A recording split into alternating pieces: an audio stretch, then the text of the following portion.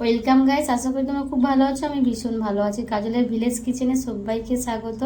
একটা দারুণ রেসিপি নিয়ে আপনাদের সামনে আমি চলে এসেছি।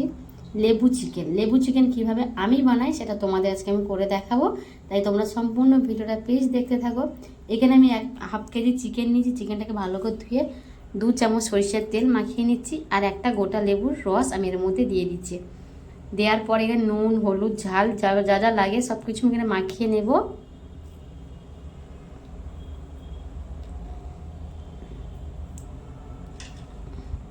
এইভাবে লেবুর রসটা দিয়ে মাখিয়ে একবার চিকেন করে খেয়ে দেখো, খুব ভালো হয়। 2 চামচ মতন দিলাম, লবণ দিলাম।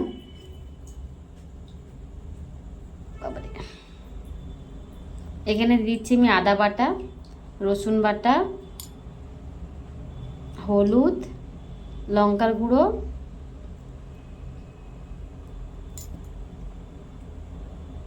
কুচিয়ে রাখা পেঁয়াজ, ধনে পাতা,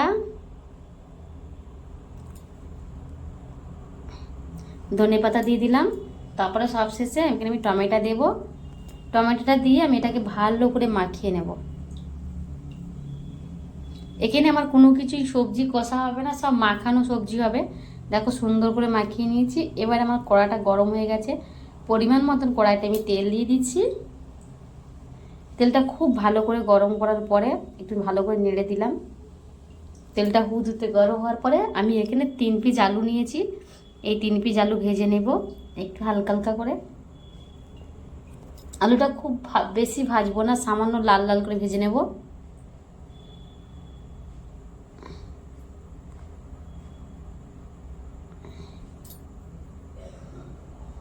আলুটা আমি তুলে নিচ্ছি।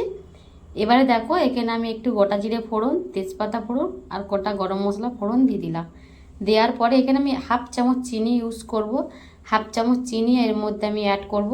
দিয়ে চিনিটা দিয়ে ভালো করে নাড়াচাড়া করবো, যাতে চিনিটা ভালো করে লাল লাল মতনের মধ্যে মানে মিশে যায়, কালারটা একটা অন্যরকম এসে যাবে। এবার আমার মাখিয়ে রাখা চিকেনগুলো আমি দিয়ে দিচ্ছি। এইভাবে একবার চিকেন বানিয়ে খেয়ে দেখুন, খুব ভালো হয়। চিকেনটা দেওয়ার পরে এবার আমি আলুগুলো বসিয়ে দিচ্ছি এক এক করে। এটা আমি বেশি খন্তি ধরে কষবো না, কিছুই করব না। জাস্ট এবার আমি শুধু ঢাকা দিয়ে দেবো। ঢাকা দিয়ে আমি এটাকে কষতে থাকবো।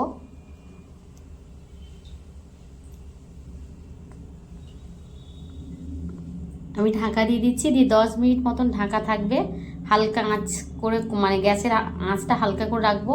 রেখে এরকম বারবার আমি উল্টাতে থাকবো, একসাথে মিক্স করতে থাকবো। আর এইভাবে চিকেন রান্না করে তোমরা একবার খেয়ে দেখো, খুব ভালো হয়। আর একদম লেবু চিকেন, একদম মানে লেবুর গন্ধ আর লেবুর একটু টকটক ভাব। একবার করে দেখো আর আমাকে অবশ্যই কমেন্ট করো। আর দেখুন কষাটা আমার হয়ে গেছে, আর একটু বাকি আছে। এবার আমি জল দিয়ে দেবো। আমি আপনাদের একটা কথা বারবার বলছি গাইস, যারা নতুন বা যারা আমার ভিডিও দেখো, তাদেরকে একটাই কথা বলবো, তোমরা আমাকে প্লিজ কমেন্ট করো। কেমন কমেন্ট না করলে তোমাদের আইডিতে আমি যেতে পারবো না, আর দেখতেও পাবো না তোমাকে আমি কমেন্ট করছো, বা তোমাদের আইডি থেকে তোমাদেরকে আমি হেল্পও করতে পারবো না, লাইক কমেন্ট শেয়ার কিছুই করতে পারবো না। এবার আমি পরিমাণ মতন এখানে জল দিয়ে দিচ্ছি। বেশ খানিকটা জল দিয়ে ভালো করে কড়ার এদিক ওদিক মাখিয়ে একেবারে ঢাকা দিয়ে দেবো। ঢাকা দিয়ে মিনিমাম আধা ঘন্টা হবে মাংসটা।